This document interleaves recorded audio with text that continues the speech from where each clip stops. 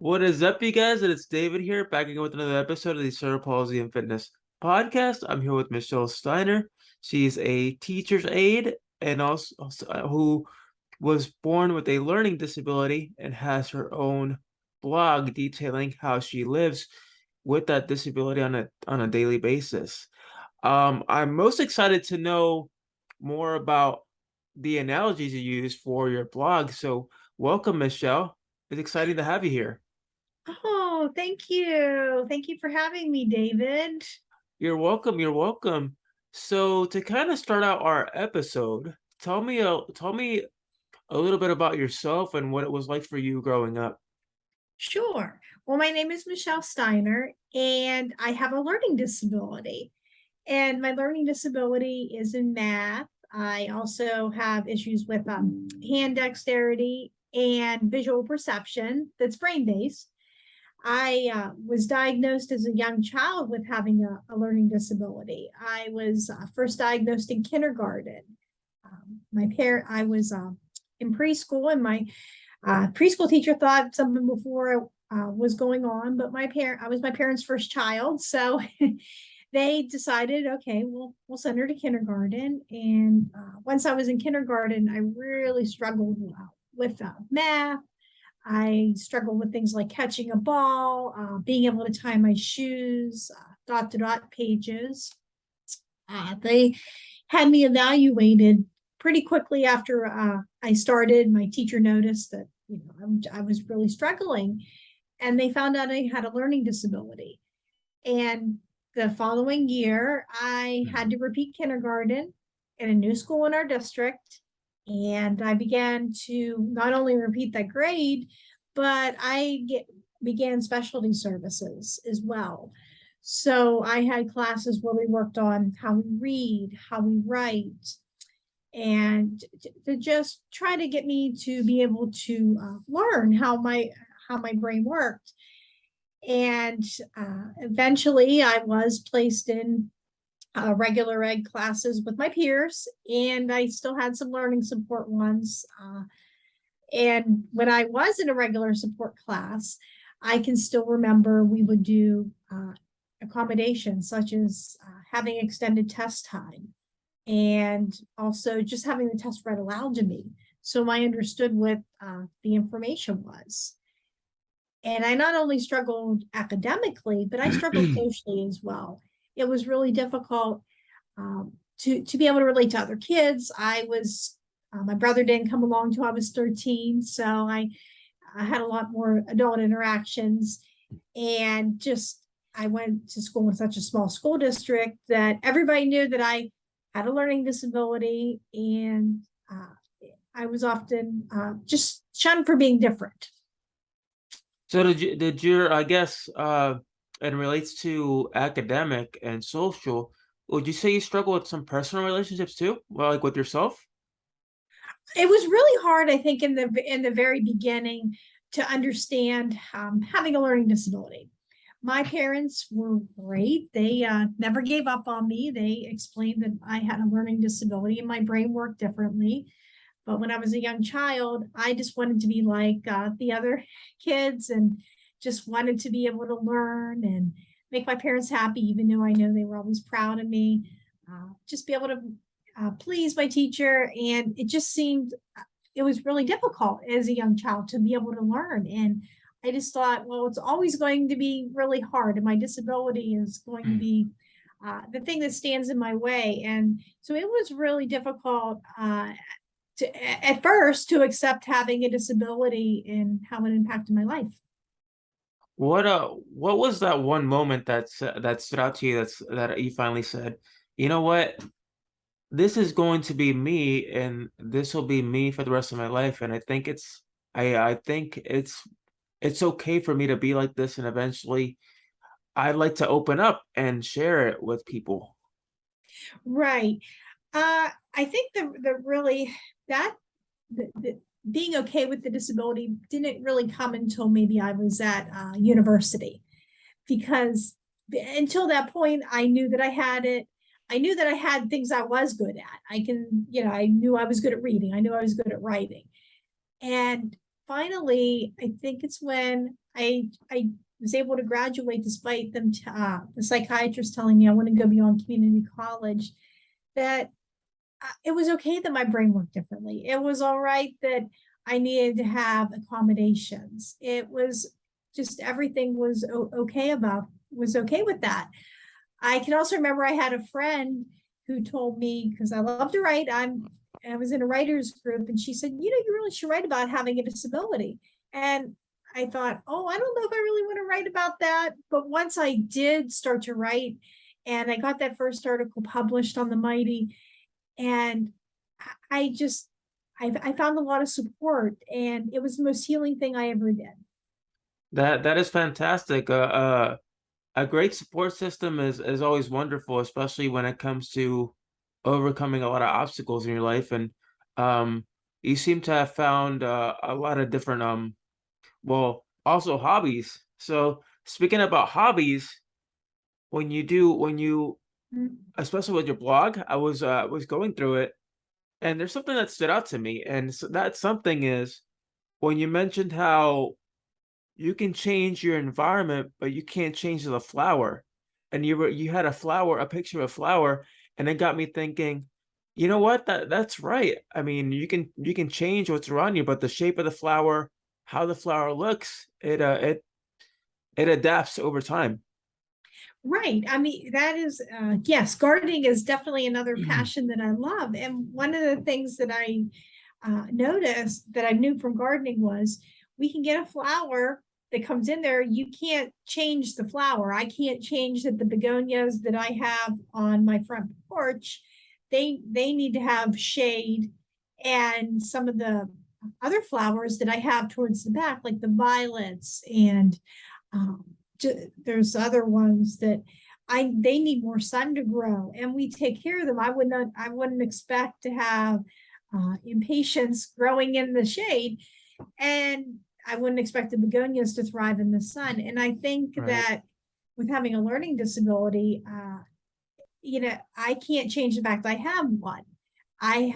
There really isn't a quote unquote cure for that. So I will always have that. So I can't, much like I can't put a flower that's supposed to be in the sun in the shade. I need to, like with my life, to be able to accommodate and to be able to go around that. And what that looks like for me is trying to avoid situations that involve a lot of math. Right.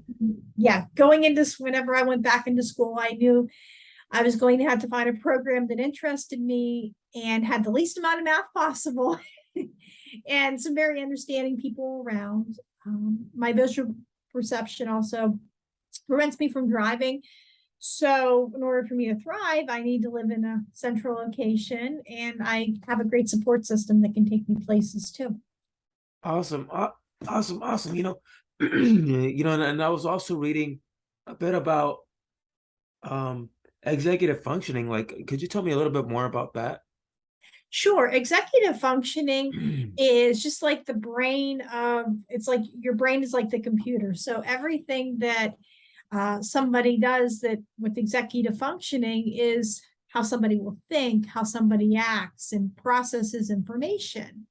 So for me, it can be really difficult to do time management. I have trouble trying to figure out how long a task might take. I might have, with executive functioning for me, it just might take me a little bit longer to figure out, process a question. Usually a person who is neurotypical, that has a brain that's wired how typical people are, if you ask them a question, they're processing an answer. Someone that has a learning disability or another neurodiversity, they have to process the question first, then the answer. So it's just a different way of how my brain has to problem solve and things because it's wired differently. Right. Everybody's everybody's brain is wired different. Like, Yep. if some people are good at math, some people are good at reading, Mhm. others are critical thinkers, you know, can think really well. Others Yep. can comprehend and analyze things pretty frequently. And it's pretty awesome seeing all the evolution and the changes behind it. Oh yeah, definitely. The world needs all kinds of thinkers, all kinds of different brains. And then I had seen the analogy of the sky, how you mentioned how the sky continues to evolve every day along with your life and with your disability.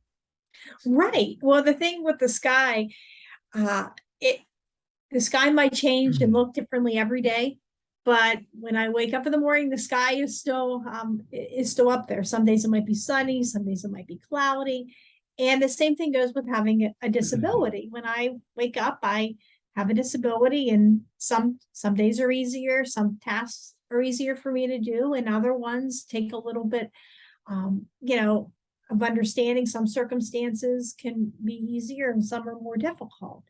So it's similar to when you see a sky, that the sky's there and it's just different. And the same thing with having a disability. And I can remember a lot of people told me, well, you've already lived that, or once you graduate or you're done with school, you're not going to have those issues. And some of them have gone away. I obviously don't have a math class or a math credit that I Right. need to take, and I have a pretty great employer that they know not to give me math.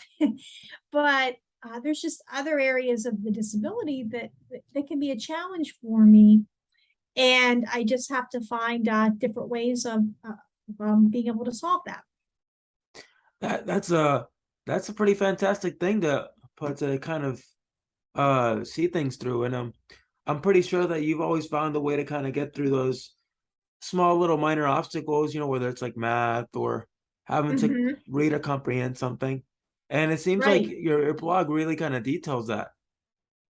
Yes, I try in my blog to educate people about what life is like with the learning disability, because I often will get people that say, well, you don't look like you're disabled. Well, you can't always see disability. So there's that Exactly. education yeah, about disabilities. And I try to encourage people that do have disabilities and who don't as well. That, I mean, that's fine as well. And I want to empower people too, that they can be their best selves. Education is paramount and overcoming anything and understanding and it's very important. Right. Very important. Um so has your disability kind of in a way help certain students that you help in the classroom? Like, have they developed more of an understanding? Like, you may have encountered some students that may have difficulty reading or doing math. And have you found that you have a connection with some of those students that you in your classroom? Yes, most definitely. I find it so rewarding when I get a chance to read a test to a student that has a learning disability. And it's my way of coming back, going full circle and thinking, wow, somebody did that for me whenever I was a young child. And now I get a chance to do that. And sometimes I may not always disclose that I have a disability. Sometimes I'll say, oh, sorry, can't help you with the math, but I can help you with this. And I've had humorous responses. I can remember when I worked in an elementary school, I was trying to help a little girl, and I said, oh, I'm just not really that great at math. And she goes, there's grown-up school for that. And I laughed at that point. And I think one of the most powerful things when I work with middle school kids is there was a girl that was struggling with math, and somebody said, oh, why can't you do math? And I said, oh, God just didn't bless me with that ability. And she looked at me and said, me too. And there was that connection right there, Yeah. that we were just being honest about yeah, limitations and things that of that nature. And sometimes we do talk about how you do advocate for yourself when you are the exception in the classroom. And that's a skill a lot of them need to know, is how we go in there and ask for those accommodations. And that's just so important for them to do, even at a young age. Right. Advocacy is like the major thing to learn over time because as a person with a disability, there might be situations where you have to stick up for yourself and ask for help Yeah. and ask for accommodations or anything you might need. Exactly. And having an understanding of what your disability is too. That's really important as well. So I was going to ask you, like, have you had any students like been able to overcome like really big challenges? Like, have you seen them like really like make strides over the years? Yes, I definitely. I think one of the things I do enjoy doing is seeing them be successful at something. I was going over spelling words. I had some students that just weren't doing really well in their English class with their spelling words. And they were kind of like, oh, I don't know. I don't want to study these. I'm just going to fail the test. And I would just go over a little bit and encourage them and just go over and break the word apart. And the greatest feeling is when they would come back and say, I got an A on the test. And they got to show that they could do that. Or when I got a chance to read a test to a student that had a hearing impairment, and she high-fived me at the end. And I just those are those moments that you live for, that really make you feel good when that happens. Yeah, they're worth every second that you put into your profession or Mhm. anything you do. Yep, definitely. So to kind of wrap everything up, like what would you say to I guess my listeners out there that are might have a learning disability or might be struggling in life with overcoming certain obstacles? What I would tell someone that has a learning disability is that things do get better, especially with kids or young adults. It does get easier, and you'll find your way in doing things. And I would also really encourage them to find what they want to do and find a way around that. Because I can remember people telling me that I couldn't do college and encouraging technical schools, and nothing really interested me. But I was able to find a program that I was interested at and that I could do. And it was just trying to look into that and to make wise decisions on what you're doing with your life. That is fantastic. Like I'll definitely consider that myself, and it's so important that we come together and really promote that education and understanding when it comes to living with a disability. So I commend you for that. Well, thank you. Well, everyone, if you want to listen to this episode, you'll find it on Spotify, YouTube, iTunes, or any other major podcasting outlet out there. And always remember, whether you struggle with anything in life or not, you'll always overcome those obstacles. Uh, Thank you, Michelle, for being on the show again. Oh, thank you, David.